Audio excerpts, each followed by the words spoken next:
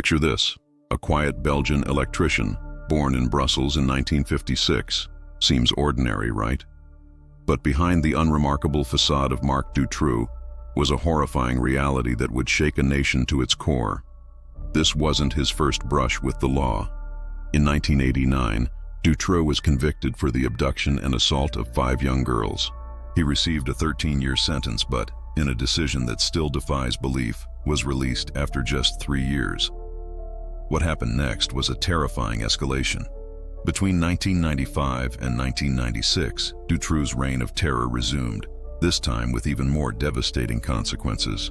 He kidnapped 6 girls, their ages ranging from just 8 to 19. They were held captive in hidden, purpose-built cellars, subjected to unimaginable torture and abuse. Of the 6 girls he abducted, only 2 would survive. The details of his crimes sent shockwaves far beyond Belgium's borders. In August 1996, the nightmare finally began to unravel. Dutroux was arrested, and the full, sickening scale of his actions was exposed to a horrified public.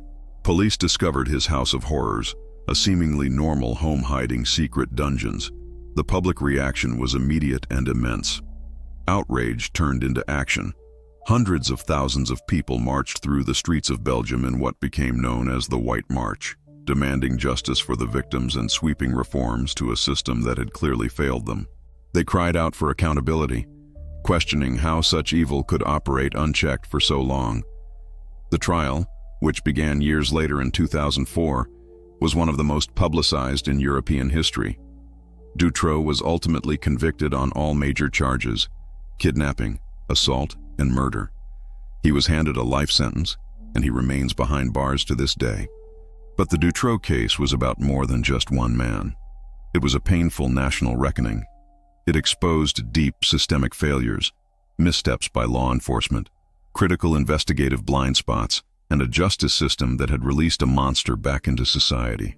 For many Belgians, the case remains an open wound, a stark reminder that the greatest horrors can hide in the most ordinary of places. It's a chilling lesson that sometimes the most dangerous person isn't a shadowy figure in the dark, but someone hiding in plain sight. Thank you for watching. If you found this video informative, please consider liking and subscribing for more content. Stay safe out there.